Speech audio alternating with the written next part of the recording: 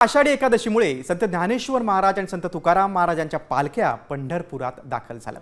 त्यामुळे संपूर्ण पंढरपूरमध्ये ज्ञानोबा तुकारामांच्या गजरानं वातावरण भक्तिमय झाले।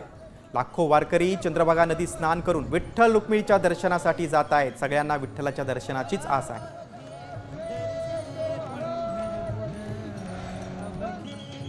सगळे तीर्थ एकीकडे आणि पंढरपूर एकीकडे अशी वारकऱ्यांची भावना आहे।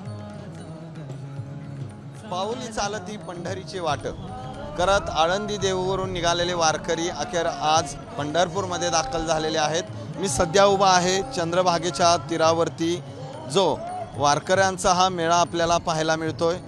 वारकऱ्यांची मोठी गर्दी आहे, चंद्रभागेला पाणी आहे। चंद्रभागेचं स्नान करून वारकरी जे आहेत ते महाद्वार घाट मार्गे विठ्ठल रुक्मिणी मंदिराच्या दिशेने जाताना आपल्याला पाहायला मिळत आहेत। एकूणच वारकऱ्यांमध्ये मोठा आनंद आहे, उत्साह आहे।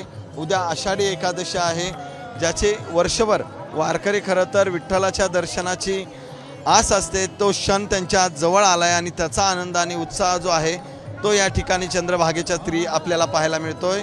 ज्ञानोबा माऊली तुकारामाचा गजर असतील, रामकृष्ण हरेचा गजर असेल, हे सगळे भजन अभंग कीर्तन करत खरं तर या ठिकाणी हा आनंद जो आहे।